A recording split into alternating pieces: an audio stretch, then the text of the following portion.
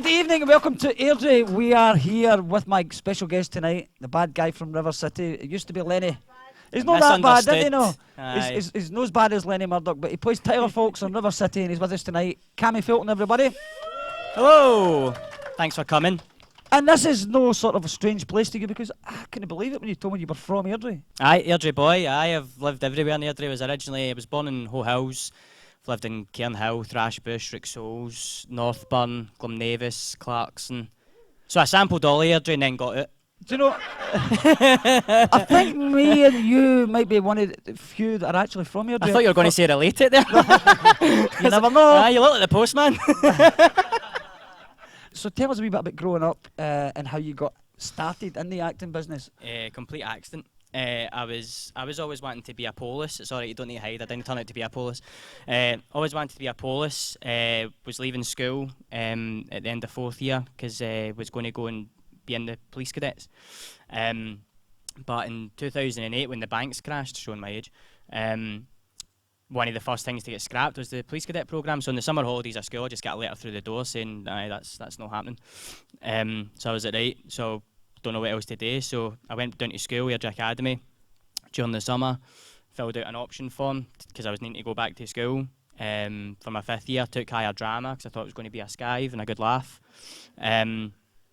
Was alright at it. My teacher, Stacey Dunn, Miss Dunn at the school, wanted me to apply to drama schools. And I thought, that's mental, I'm not doing that, that sounds terrifying. I've never been to an audition before in my life, so no. I'm just having a laugh with my pals and all that sort of stuff. But she persisted and she heard that there was an open audition in Glasgow, an audition that just anybody can walk in off the street and go to. So she said, oh, why don't you go to this open audition just to get an experience of what an audition's like. She was effectively saying, you're not getting this part, but go and have a nice day out. So I went along to this open audition just to see what an audition was like and see if I liked it, and ended up getting the part. It was for a film called Ned's by Peter Mullen. Oh, of course, we know Ned's. He's no Ned, he's in Airdrie. He's done all his research, his due diligence in Airdrie. Sitting in front of one. So I got the part in Ned's. That was just in time for leaving school, so left that and straight for Ned's, got a part in a very, very small part in a film called The Eagle, with Channing Tatum and Jamie Bell. Oh, just dropped her name there. Wow. I know, name drop. It was a tiny part. So I was up in Liverpool filming that, and so that was me. I was 17, had just left school. Was in 2 films. I thought, this acting's a scoosh, man. I'm going to be a superstar. Needless to say, it didn't turn out that way. So I just sort of fell into it. So did those 2 films and then applied to acting courses and just sort of took it from there. So what did you do in Ned's? I was a character called Crystal in Ned's, which is a really scary character name, I'm sure you'll agree. So I was a character called Crystal, and I was just one of the wee bams that were going about fighting with the main guy, Conor McCarran. So were you on the opposition? I can't remember the name of my young team. There was one of them was called the Fleeto, and the other you had your own young team? There was 2 young teams. So we were filming it in Possil, right? And it was set in like the 70s, and we all had to grow massive sideburns, right? I'm talking like down to here. It was horrific, and we had obviously 70s clobber on, and we're filming on this bridge, like an iconic scene in the film where we all come together, and a few people don't make it off the bridge, and a genuine young team, the Possil young team, came down wanting to fight, thinking we were on their territory. So the police had to come down and like form. I know, and we're all like wee bams thinking this is class, but going back now, I'd be terrified. So it was just a character that was chasing after. I got huckled and put in the back of a police motor, told the police that I'm not repeating myself to him. I remember the scene. I do remember that. I remember you now. And that's just before he pulls Conor's character up. That's right. Conor comes past, and obviously I know that Conor's involved, but I tell him I'm not telling him anything and all that sort of stuff. I remember that. I do remember that Conor scene. And I are going against one another. I actually worked with Conor again quite recently, about 3 years ago, and we hadn't seen each other since Ned's. It was amazing. He's a gentleman, a boy. But so just in answer to your question 20 minutes ago, I sort of fell into it. Didn't really plan out to do it. Didn't do any youth theatre. Didn't just sort of happened. What was it like working with Peter Mullen, who's sort of tremendous actor and a tremendous ambassador for films in Scotland. But what was your experience of working with Peter? Amazing. Just completely down to earth. Again, not being that way inclined, whereby I was overly enamoured by film or stage or TV. I hadn't been to see a play. I didn't really spend time watching films. I wasn't involved in acting. I didn't know who Peter Mullen was. I didn't know who MD was. But looking back now, to have that experience to work with Peter Mullen at 17 is amazing. We still keep in touch. I can reach out to him at any time. I've bumped into him a couple of times. I mean, we filmed Ned's about 11 years ago now. But an absolute gentleman. Couldn't say more about him. The way, the time that he spent with effectively a group of BAMs. Like, there wasn't one trained actor in amongst us, apart from obviously the adults like Stephen McCall and Paul Donnelly and stuff like that, and Peter himself, obviously. Gave us so much time, sat with us all the time. There was no airs, no graces. Mm-hmm. He was just a regular guy. I couldn't speak highly enough of Peter Mullen. He's an absolute gentleman. Mm-hmm. Definitely a guest for the future, I think, Peter Mullen. Absolutely. Before we go any further, I'm a wee bit concerned that we can't see you for this, so I'm going to just move it a wee bit, that, if you don't mind. That's all right. And I'll kind of put that there. Usually people ask to cover my face. That's quite kind of you. There we go. That should be a bit better if I can. Now we can see you. So, right, so what school did you go to in Airdrie? Ruxalk Primary and then Airdrie Academy. So, when you left Airdrie Academy, tell us about where life took you then. So, Airdrie Academy, left there, went and did Ned's, and then I did the Eagle. Straight after that, I went and did I got an HND at Langside College for acting, so went and did that there, and then was very fortunate to get into a drama school in New York, but still, obviously, being just a wee daft of Airdrie, I didn't have much money, so I had to save up for 2 years. I went and worked with Clydesdale Bank for 2 years, just to save up to go to New York. So I went over there 2 years after actually getting in. Deferred my entry for 2 years. They were kind enough to let me go, because obviously they just knew that I didn't have the money to go. So they let me defer for 2 years. So I went over. Still didn't have two bob to rub together, so I didn't have the money to live in the student accommodation or any of the flats. The school was in Manhattan, so it was on Madison Avenue, so it was like in a really expensive part of an already expensive city. So I lived in this heavy illegal hostel. It was a 2-bedroom apartment with 25 people living in it. It was insane. So in the living room / kitchen area, there was 4 sets of bunk beds, and in each bedroom there was 4 sets of bunk beds, and then the hostel manager, who was a woman called Adala, she slept in a cupboard by the front door. So 4 sets of bunk beds, 4 sets of bunk beds, 4 sets of bunk beds. That's not creepy at all, is it? I know. So 25 people, and because you obviously had to segregate the toilets, the girls had a toilet in their bedroom, which obviously the guys weren't allowed to go into, and so there was one toilet for whoever was either sleeping in the boys' room or the living room to use. So you're talking about 2 sets of 4 bunk beds, 16 people, in one toilet. That's no ideal, man. No, it's not. There was a couple of close calls, like sprinting to the Starbucks at the end of the street and all that when you needed to go to the toilet. So that was crazy. I used to steal my lunch every day like Aladdin. There was a cafe next door to the school. Me and my mate from Edinburgh. I won't say his name in case I incriminate him. But he and I used to go into. Well, I say we stole our lunch. We were liberal with the rules of the establishment, whereby there was big, massive pots of soup, and we tester cups so you could try the soup before you buy it. So we would have about 35 of them. And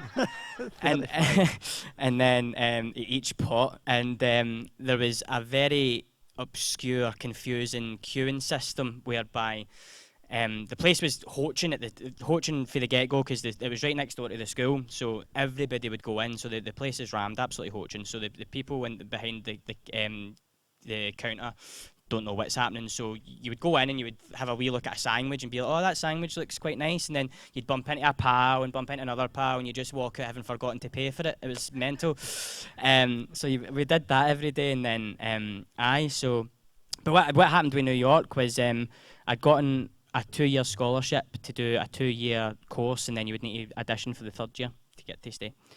But at Christmas time in my first year, I got a notification to go and go to a meeting with the head of international students, a man called Roberto Lopez.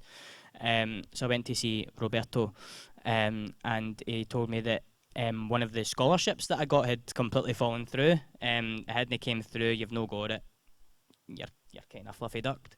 So I was sitting there and he was like, oh, well, I don't know what this means, Roberto, man, what you telling me? And he's like, well, basically we need tens of thousands of pounds for you for your tuition for your second year. And that's before you buy a book, that's before you pay for your rent, that's before you steal a sandwich for Tasties, that's before everything. So I was like, aye, that's not happening, man. So I had to come back up the road. But what it did mean was that for the last like 3 weeks, when I knew I was going up the road, I could, I knew that I was going home, so I had like a bit more money, so I could actually buy my dinner and stuff like that. Because we used to eat as well, because we were skint students in New York. Obviously, no matter how skint you are, especially being Scottish, you're always going to have money for a pint. So we used to go to a bar. My mate and I used to go to a bar called Rudy's in Times Square, and the reason we would go to this bar often is because when you bought a picture you would get a free hot dog with it. So we would go there so that we got our dinner. And there was one day before one of my performance exams, we had to go and just have a wee Dutch courage the night before, and as you do, and I had one too many hot dogs and was literally physically sick in the middle of Rudy's. And I'm not that keen on hot dogs anyway, right? But skint, man. So 25 beers and 3 hot dogs, and the hot dogs were too much. It's a sustainable diet, that's all right. So as much as it was a wonderful experience, it was something that I'll always look back on really fondly. It was mental. Like I say, never been so skint in all my life, but like it was a buzz. It was a good laugh. There's a lot of particular type of movies come out in New York. For instance, Martin Scorsese. Are you a fan of that genre of movie? I was just telling you outside, like when it comes to watching films, if it's no The Lion King, the chances are I've not seen it. Now, who would have thought that? I would have thought The Godfather. I was just talking to Cammy and I says, have you seen The Departed with Jack Nicholson? And it's that's the golfer, isn't it? The golfer, no. Oh, Jack Nicholson. There you go. The Lion King. If it's got Elton John doing the soundtrack, Cammy's in there. There's another famous guy to come here recently. I did the Airdrie Stadium, didn't he? I thought it was a tribute act that was coming. I thought they'd signed him as a striker. But I got a game as well. Aye. Right, so what happened after New York? After New York, I came back and I applied for the RCS, formerly the RSMD, which is the massive drama school in Scotland, like a massive drama school, world renowned in Scotland. But I've been on the waiting list there like 4 times and never managed to break that last wee barrier. So I went and did a BA year, just 1 year at New College Lanarkshire, but it's Motherwell College, which was a fantastic year. I loved it. So went there, did a showcase in London, a showcase up here in Glasgow at the Oran Moor, and then was fortunate enough to get signed up to my agent and then just start working. I've been really lucky until I crucify myself now talking to you and we'll never work again. Now, obviously, any River City fans in tonight? I'll ask that again. Any River City fans in tonight? Yes, they're all River City fans. Amazing. And we do want to touch on that and talk about River City, but we have to be careful what we say as well because we don't want to give away any spoilers. Not that I know any spoilers, so don't be asking me any. What's it like getting into that character, and how did you find that character of Tyler? I love him. Obviously, during the difficult time that we've all been living through the past year and a bit, with regards to River City, first of all, we're so lucky and so fortunate and so grateful that we've got to work. But one of the byproducts of obviously what's happened is that everyone's been put in bubbles, and you don't really see anyone other than the people you're working with. However, I've been very fortunate whereby, because when my characters came in and he's gotten involved with a couple of people in the street, I was lucky enough to work with a large amount of the cast and get to meet everyone, and everyone's so amazing. And I was fortunate to know Purdy before, know Halsall before. Gail and I are massive pals, who plays Caitlin. So I had that, because when I first joined, it was just before it all kicked off. Right. So we had that time in the canteen, and Stephen Purden's such a gentleman. Like, it can be quite sniggering at Stephen being a gentleman. You must know something I don't know, and you want to share it. So it can be quite intimidating, like walking in and you see everybody. Sure. But Stephen, like, head of the table, like King of River City, obviously, he's just like, "Cammy, wee man, come and sit here." And just looked after you, and it was so nice to get that just few weeks of being like, right, okay, this is who everyone is, and having Gail look after you. I mean, who better to look after you than Gail Telfer Stevens? She's an absolute wonderful woman, an absolute legend. So everyone's been so kind, everyone's been so supportive. And of course, you're doing a lot of your scenes with Lenny Murdoch, who He's no everybody bad. loves. He's no bad. And Ian Robertson. Ian Robertson, an absolute gentleman. He's really looked after us as well. Tremendous actor. My very first scene was with Frank. So chucked right in at the deep end. But again, everyone's just so nice, and I know it can be a bit like if these needs to say that everybody does genuinely get on, apart from a couple. No, I'm only joking. Everyone does genuinely get on. The people all behind the camera, the exec producer, the boss man, Martin McCarthy, is a gentleman of a man who genuinely cares about the show, genuinely cares about the actors, genuinely cares about what's getting put out to the audience. It's a dream of a job. It really, really is, and that's why I'm sad I'm not there right now. So what's been the response from the fans like in the street? Because the character's a bit of a menace, isn't he? But it's misunderstood. It's misunderstood. That's it's misunderstood. I kind of hope that Tyler does kind of see the error of his ways. But it's interesting to find out what this brother's up to. Have you met the? Well, I can't ask you that if you've met the actor who plays your brother. I know Sammy. You do know Sammy. So who would you say you best bond with on set? I know you haven't met a lot of the. There's a couple of this is the thing again with the pandemic. There's a couple of the cast members that I literally haven't met. Who have you not met? Who have I not met? I've not met Zidsy that plays Ruby. I've not met. I think that might be it. Just the one. Just Ruby. I think I've not. No, I think that might be it. I've not met Brian Lays that's went in and he's playing Ashton King. Right, yeah. You've not met him? I've not met him. Grant Stotts went in, I've not met him. Right. Although we've interacted a couple of times on Twitter and stuff. But we're going to talk about this football shirt because somebody mentioned it. Tiny changes, aye. So basically, and I'm sure you'll be aware, but today is World Suicide Prevention Day. I know that this topic can be triggering either for people here or at home, so I'll be as quick as I can. But take your time. Today is World Suicide Prevention Day. This jersey was created by Bands FC as well as Tiny Changes. Tiny Changes is a mental health and suicide prevention charity which was created in the memory of Scott Hutchison.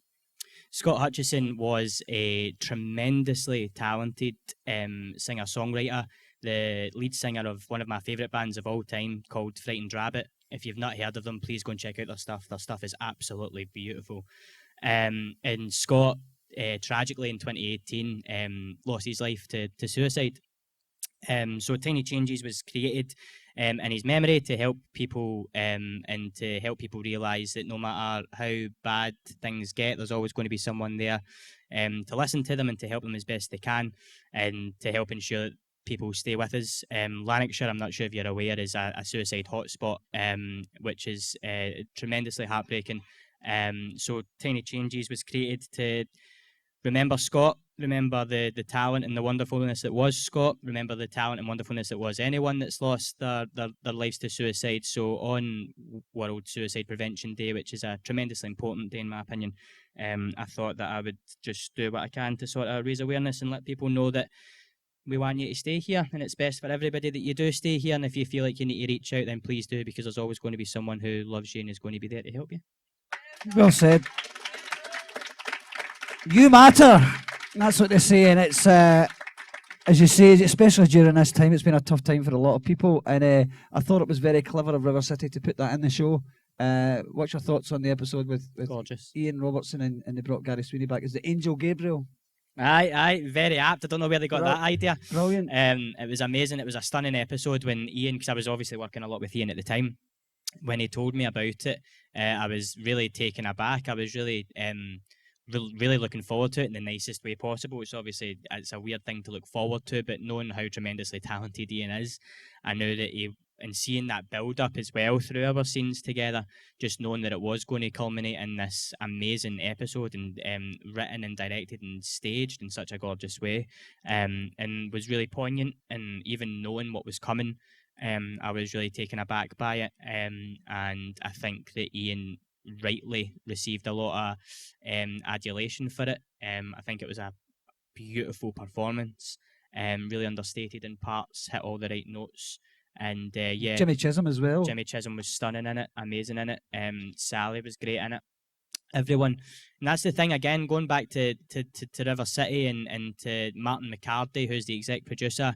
He really cares, and he really knows, and we all know as a cast and a creative team and everyone who's involved with the show how the show can be a really great vehicle for stuff like that, and to show people really important messages like that in a really creative way. And we're in such a lucky position to be able to do that, and I think that was a real highlight of River City's near 20-year now lifespan. I think it was beautiful. What was clever was how they, and I said this to Gary, was how they actually made it funny as well, the episode. How do you take a situation like that and then turn it into comedy? It's very difficult to do that, and a lot of people shoot River City down, but you've got to give them credit when it's due. Absolutely. I think the cast at the moment, and bringing Gary back, who is obviously a much loved character, a fantastic guy, an amazing actor, he hit every nail, like you're saying, and I think that the cast is ridiculously strong at the minute and has been for a while, and I think that again that's testament to, saying his name again, Martin McCarthy, Dan Jackson, who does the casting, and everyone individually that makes the collective so strong. Everyone works well together. They're really pulling in the right direction and working so hard during this difficult time to still produce great telly for fans that have stuck by us through 2 metre distances and through we can't cuddle, we can't chuck people over pool tables. We can't. How challenging has that been as an actor? It's challenging. It's challenging. Excuse me. It's challenging for loads of reasons. It's challenging at the minute because that's not what life's like anymore. That's right. The 2 metre rule's gone, but in terms of safety for the actors and the crew and everyone involved, we need to stay apart. Right. There'll always be 2 metres apart, at least, always, and that's including the camera. So the camera operator needs to be at least 2 metres apart from the actor. So you'll usually, at the moment, get a 2-shot on each actor. You'll get and then it'll be time to move on. You'll need to go because you can't manipulate the camera to get the cool shots that we used to, because you need to accommodate for that space. Mm-hmm. Some of the sets just aren't big enough to accommodate 3-4 actors, so a lot of it's like 2-handers, and sometimes we need to get the tennis ball in. Sometimes with people that I've been working with, they've requested the tennis ball instead of me, which has been which has been deeply hurtful. But no, it's challenging. But see, ultimately, man, like we so what? Do you know what I mean? Like we're so lucky to be working. We're so fortunate to be in the position that we're in. Go to work with a smile on your face. We're just good telling, get up the road, man. So we're really lucky. All right, okay. Do we have any more questions? Just put your hands up if you have a question. Lily, what's your question? Just shout it as loud as you can. All right, so for those that didn't hear that at home, the question is, what was it like working with Lindsay, who played Poppy? The amazing Poppy. Amazing.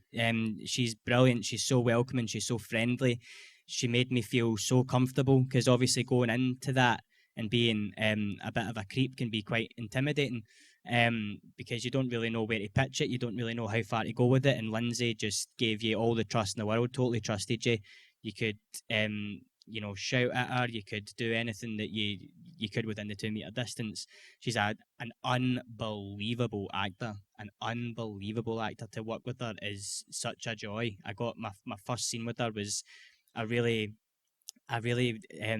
almost flirtatious scene where you had to come in, and like I was trying to get her to be my lawyer for stuff, and there was like quite a suggestive line and stuff like that and when you've just met a person and then you're needing to be quite suggestive and quite flirty, it can be quite like, oh my god, I've just met this person. I'm not a good flirt anyway, don't let me kid you on, but she was so welcoming, amazing to work with, learned so much from her. She's so natural.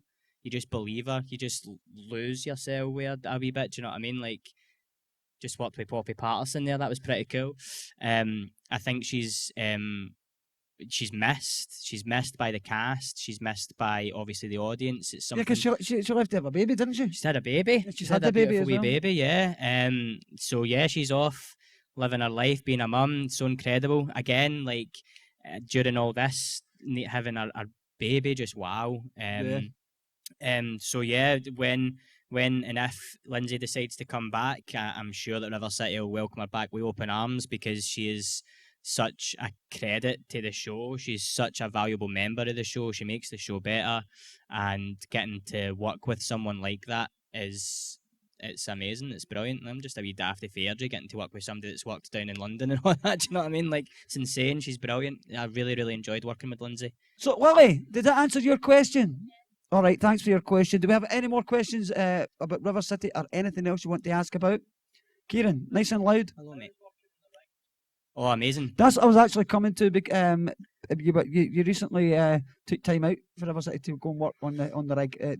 Tell us a wee bit about it. Again, River City were so kind and understanding and giving me some time off when I asked to go, because I got a wonderful opportunity to go and do an Amazon show called The Rig, which was filmed up in studios in Leith up in Edinburgh. So I was up there for 14 weeks.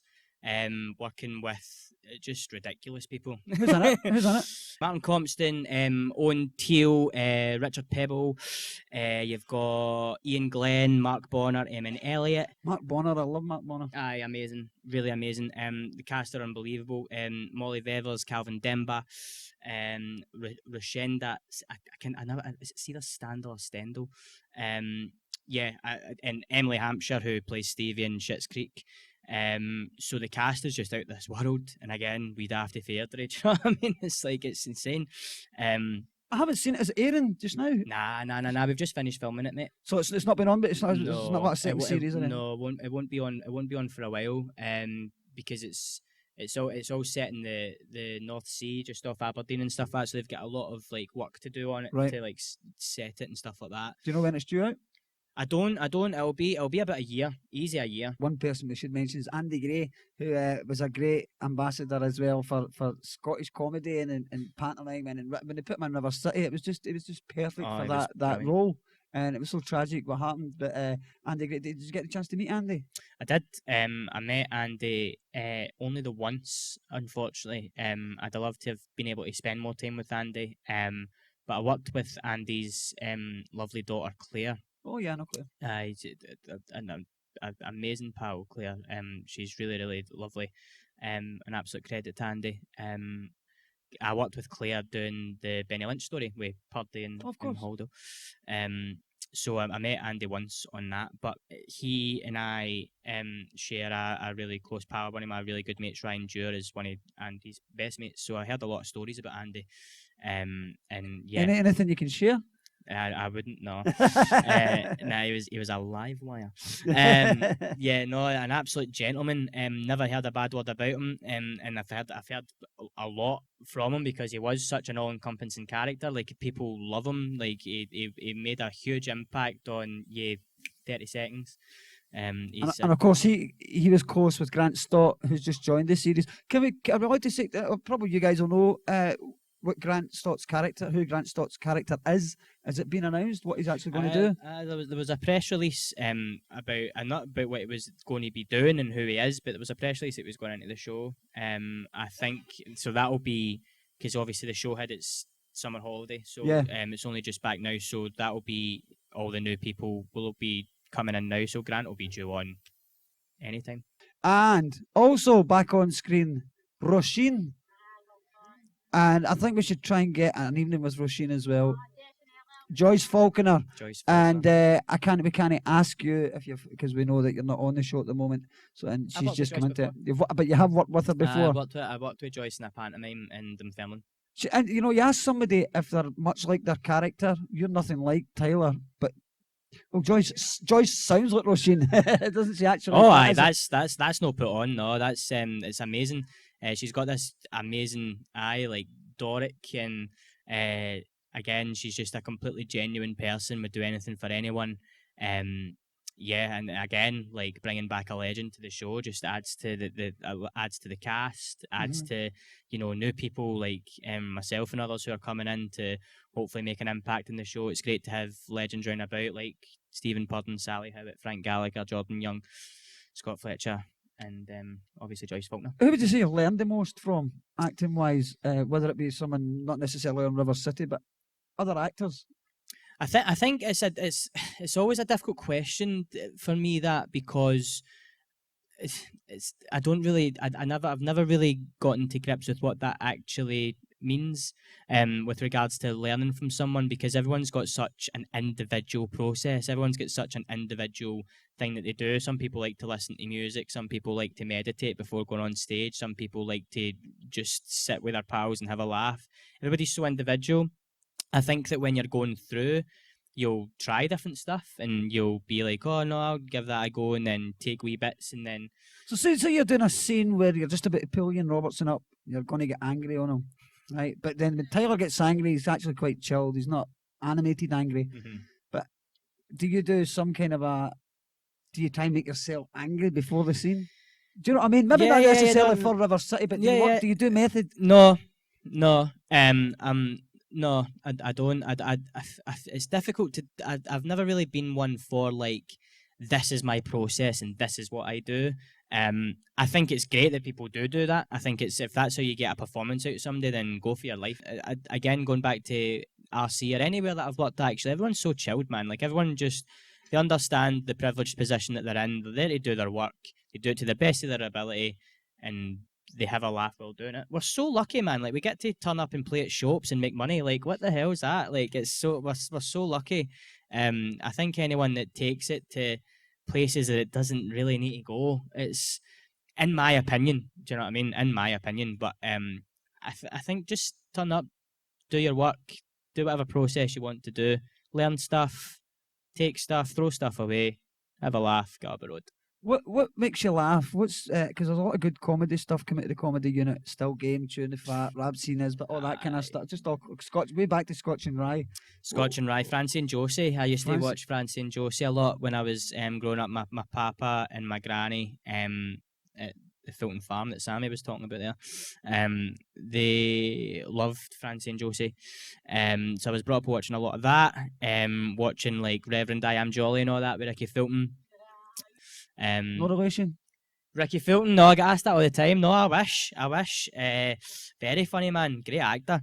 But I know, and obviously Still Game, Tune the Fat speaks for itself. Do you wish you'd done Still Game?